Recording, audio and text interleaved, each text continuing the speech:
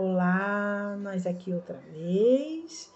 Então, o Espírito Santo de Deus esteja conosco, iluminando a nossa mente, ajudando-nos a entender melhor a tua palavra. Amém?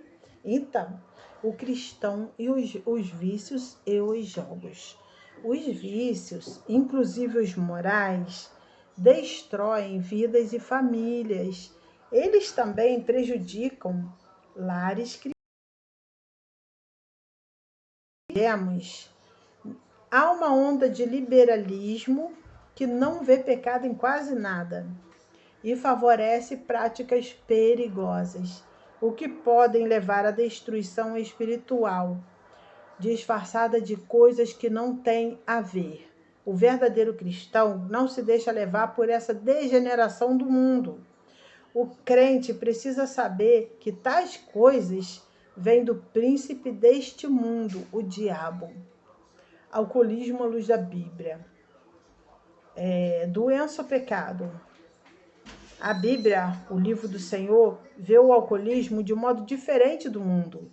Nela, verificamos que o alcoolismo, a bebedeira e outros vícios são vistos como atos pecaminosos. Em Isaías, capítulo 28, verso 1, vemos a condenação de Efraim, Israel, pela soberba de seus embriagados. No mesmo capítulo, vemos que até o sacerdote e o profeta erram por causa de bebida forte. São absorvidos do vinho. Isaías, capítulo 28, verso 7. A primeira embriaguez foi experimentada por Noé, logo após o dilúvio, e causou um grande mal à sua família, resultando em maldição para o seu filho Canaã. Em Gênesis capítulo 9, verso 21 e 25. Condenação à bebedice. Diz a palavra: ai dos que levantam pela manhã e seguem a bebedice, e se demoram até a noite, até que o vinho os esquente. Harpas, alaúdes e tamborins e pífaros e vinho há nos banquetes, e não olham para a obra do Senhor, nem consideram as obras de suas mãos. Isaías capítulo 5, verso 11 e 12. Aí vemos um tipo de festa no Antigo Testamento, semelhante ao que se passa nos jogos, nos bares, nos clubes e shows mundanos, em que a bebida alcoólica é fator indispensável para a sua motivação. O sofrimento dos viciados, O escritor de Provérbios anotou que os viciados são vítimas de sofrimento, pesares, violência, queixas, adultério, prostituição, linguagem perversa, desequilíbrio mental, delírio tremens, câimbras, vômito, derrame, hipertensão, que são apenas algumas das danosas consequências do alcoolismo. Você vai ler em Provérbios capítulo 29, verso 29 a 30 e 33 a 35. O alcoolismo no Novo Testamento. Advertindo sobre sua vinda, Jesus proferiu uma parábola sobre a vigilância. Condenou o servo infiel, comedor, espancador e beberrão, dizendo que sua parte seria com os infiéis.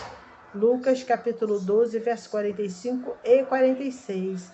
O apóstolo Paulo colocou no mesmo nível da condenação os bêbados, os devassos, os idólatras, os homossexuais e os ladrões, os quais não herdarão o reino de Deus. 1 Coríntios, capítulo 9, capítulo 6, 1 Coríntios, capítulo 6, verso 9 e 10.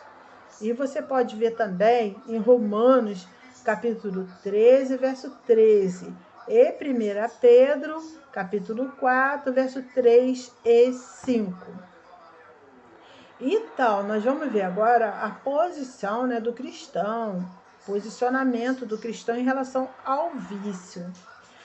Então, a condenação ao vício. Segundo o ensino das Escrituras, o cristão não tem outra alternativa a não ser reprovar de modo claro e direto o uso de bebidas alcoólicas. Grande parte dos acidentes de trânsito são provocados por motoristas alcoolizados. Cerca de 80% das agressões tem na bebida sua motivação. A ausência ao trabalho por causa do vício causa enormes prejuízos. O vinho que Jesus bebeu. Jesus transformou água em vinho numa respeitável festa de casamento. João, capítulo 2, verso de 1 a 11. Há quem usa esse texto para dizer que não há nada errado se beber vinho, sim, mas o vinho que Jesus faz, do vinho embriagante para as demais bebidas alcoólicas, pode ser apenas um passo. É melhor não tomar o primeiro gole. Na Santa Ceia, Mateus capítulo 26, verso 29, Jesus não tomou vinho embriagante. No texto original, ele tomou do fruto da vide, indicando tratar-se do suco fresco da uva. Se fosse vinho fermentado, a palavra seria oinos. Anotemos o que a Bíblia diz. Não olheis para o vinho quando se mostra vermelho, quando resplandece no copo e se escoa suavemente. Provérbios capítulo 23, verso 31. Nenhuma concessão. O cristão não deve tomar vinho, cerveja, champanhe ou qualquer outra bebida considerada leve, tendo em vista os males físicos, sociais, morais e espirituais que envolve tal prática. Lembremos-nos de que o reino de Deus não é comida nem bebida, mas justiça e paz e alegria no Espírito Santo. Romanos capítulo 14, verso 17. O cristão e o fumo. O fumo é uma droga. No cigarro existem inúmeras substâncias prejudiciais ao organismo humano, metais tóxicos como cádmio, manganês, cromo, zinco, ao lado do alcatrão e da nicotina, acabam matando os viciados. Mata mais do que muitas guerras. A cada 10 minutos morre um brasileiro de câncer no pulmão, de efizema pulmonar ou de doença cardiovascular por causa do fumo. A cada ano, estima-se que morrem mais de 100 mil pessoas no Brasil por causa desse vício, que é um suicídio lento. Mais de 2 milhões e 500 mil pessoas morrem por ano no mundo vitimadas pela epidemia do cigarro. A Bíblia tem razão quando afirma: mas os homens maus e enganadores irão de mal a pior, enganando e sendo enganados. 2 Timóteo, capítulo 3, verso 13. Posicionamento cristão. O vício é pecado e fumar é um vício. Logo, o fumante não tem como escapar, está pecando. O fumo destrói o corpo, que é templo do Espírito Santo. Você vai ver em 1 Coríntios capítulo 3, verso 17. Graças a Deus, são inúmeros os casos de pessoas que aceitam a Cristo e ficam libertos do vício do fumo. Na conversão do pecador, efetuada por Jesus, os vícios como coisas da velha vida ficam para trás. Tá? 2 Coríntios, capítulo 5, verso 17.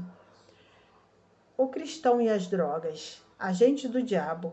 As drogas são agentes utilizados pelo diabo para a destruição de vidas, principalmente adolescentes e jovens. Motivos que levam às drogas. Além da ação demoníaca velada, concorre para isso a curiosidade, imitação do grupo, a aventura, mas principalmente o desajuste familiar. O bom relacionamento, o culto doméstico, desde cedo, como está escrito, instrui o menino no caminho que deve andar, e até quando envelhecer não se desviará dele. Provérbios capítulo 22. Então, nós vamos parar por aqui e na próxima aula nós vamos falar sobre o cristão e os jogos de azar. Fique com Jesus, Deus os abençoe, que a graça do Senhor esteja com todos, em nome de Jesus Cristo. Que a bênção do Senhor venha sobre cada um e que seus lares, suas famílias, todas as pessoas que ouvirem, seja abençoada em nome de Jesus. Que o Senhor venha abençoar nossa nação, nosso país, nosso estado, nossa cidade. Venha abençoar todos aqueles que buscam, meditam na sua palavra e que procuram cada vez mais o conhecimento, a intimidade com o Senhor. Em nome de Jesus Cristo, fiquem na paz. Amém.